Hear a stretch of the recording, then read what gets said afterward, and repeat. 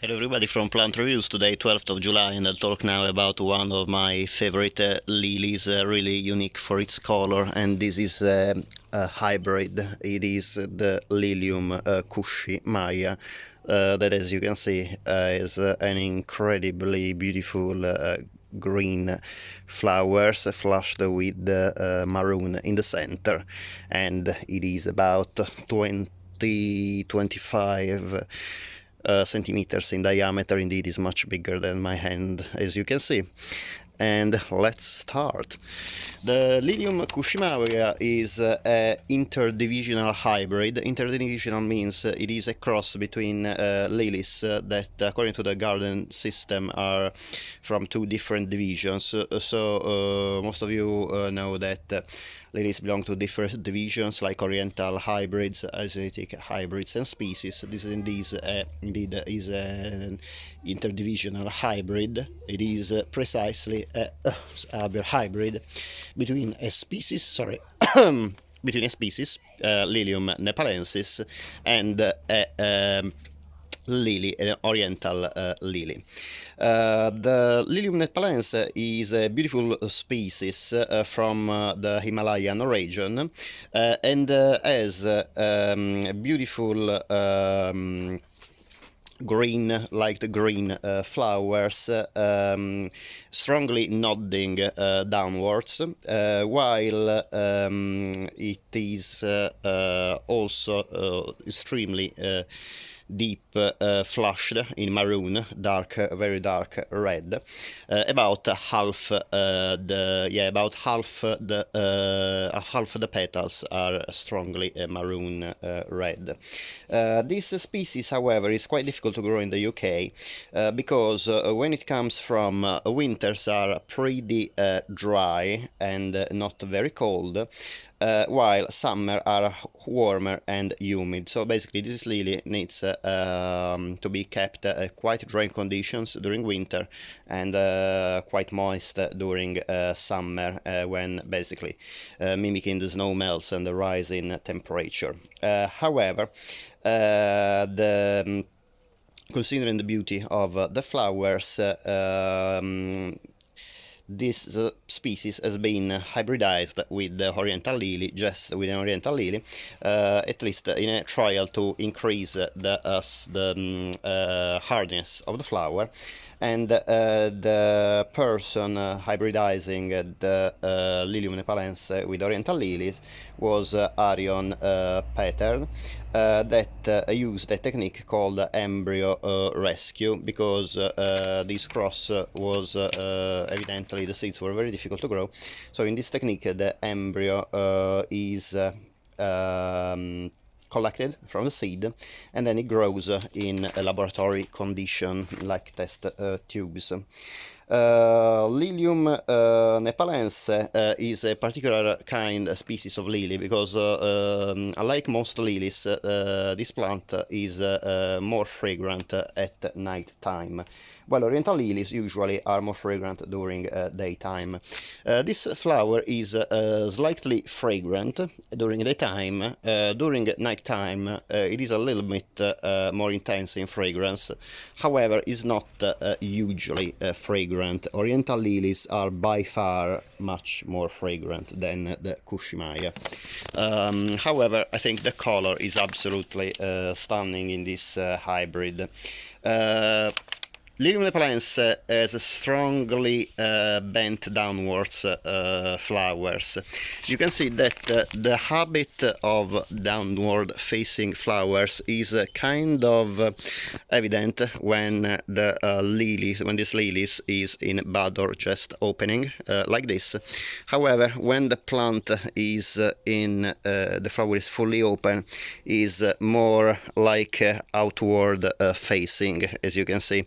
And this is evidently inherited by the oriental lily parent. The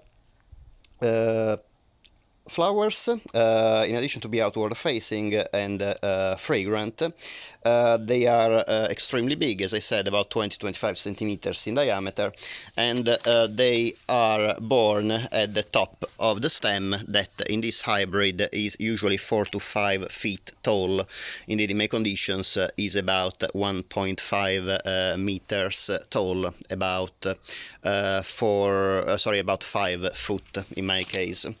Kushi Maya means in Nepalese happy love, and this is obviously a name, I suppose, given by the breeder that decided to give honor, obviously, to one of the main countries where Lilium nepalense is from, obviously giving the name happy love in Nepalese to this hybrid.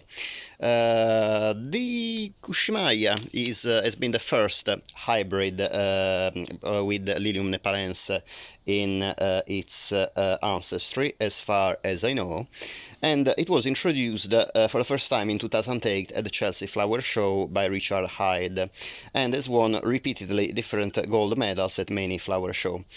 Colin Helsley in North America entered the Kushi Maya at the North American Lily Society Annual Show 2009, and this lily won both the Hornbeck Award for Best Hybridizing Advancement and the Hod Hopner Award for the Best Potted Lily. So this is definitely one of the most stunning lilies you can grow in the garden. Is absolutely incredible. Describing more a little bit more the flowers. The flowers, in addition to the huge size, what makes the flower really attractive is the color. They are pale green, with the green more evident when the flower is opening, as you can see now. In particular, there is the central part of the flower that, as you can see, is more green, is greener than the rest of the petal, the outer part of the flower, and it is flushed with maroon. The maroon deep red flushes in this hybrid cover about, I would say, a little bit less than half of the petal, while in the nepalense the maroon color covers a much wider area, about half, sometimes even 2/3 of the petal. And you can see that in the deep red flushes there are evident some deep red freckles as well, and I really think that the freckles are also inherited by the oriental lily ancestor, because I don't remember any Lilium nepalense having these freckles. Is a kind of almost a solid color in the nepalense, the maroon flushes, while the freckles instead are very typical of most oriental lilies. I don't know what oriental lily variety was used in the hybridizing of this lily. I couldn't find it. I found that it was a white oriental lily, and I suppose this makes sense because obviously on a white flower the colors of the other parent are can actually be more evident without being masked by the colors if the other flower is colored of the other parent. This is a plant I tried to pollinate and get seeds last year, but regardless of the pollination, not even one seed pod developed. You can see I pollinated this flower that was being open for a few days, as well as this one, while this one has been open. This one opened just yesterday, and this one is opening now. As you can see, the stigma, the female part of the flower, is still deep brown, while the anthers are deep brown when they are not releasing the pollen, while the pollen is I would say yellow-orange, as you can see. It is an absolutely, well, I can't say enough how absolutely stunning is the color of this lily and how much I liked it. Every person coming in my garden soon notices the absolutely stunning colors of this lily. The flush with the maroon is present not only in the inner part of the flower but also in the outer part of the flower. You can see indeed the green, and actually the green extends in a wider area in the outer side, in the other part of the petal, covering most of the petal, leaving whitish just the margin, the edges of the petals, and you can see how beautifully flushed with deep red is on the outer side of the petals as well in the central part.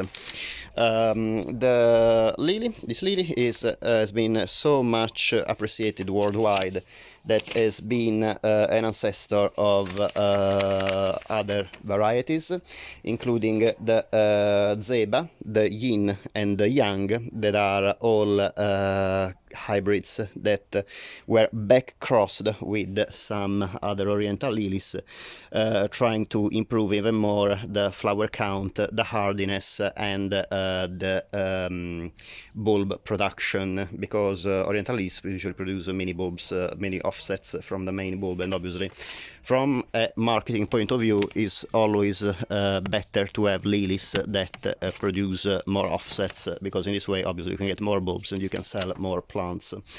The Kushi Maya is fully hardy in the UK. I've read that it can tolerate temperatures down to -14 degrees, so it is surely hardy throughout most of the UK as well as in most of temperate climate countries like continental Europe,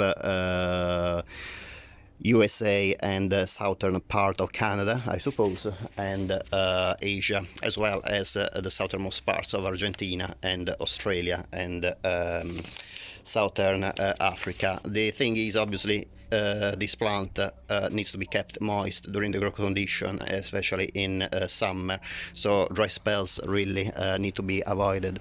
I found that this plant bloomed beautifully in this spot that receives full sun during the morning, however is in shade from about midday 1 p.m. onwards.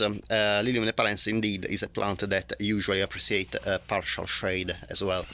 The plant, as I said, it grows about 4 to 5 foot tall, and it thrives really in well-drained soil, ideally acidic soil, ericaceous soil. The plant needs again to be kept moist, especially during the growth condition during summer and during spring and summer, but obviously especially summer, because in the UK, particularly where I live in Kent, we have quite often dry spells. About the purchase of this plant, the Kushi Maya was not too difficult to buy until a few years ago, but however in the past few years has been more and more difficult to find. I bought my Kushi Maya bulbs from J. Parker's.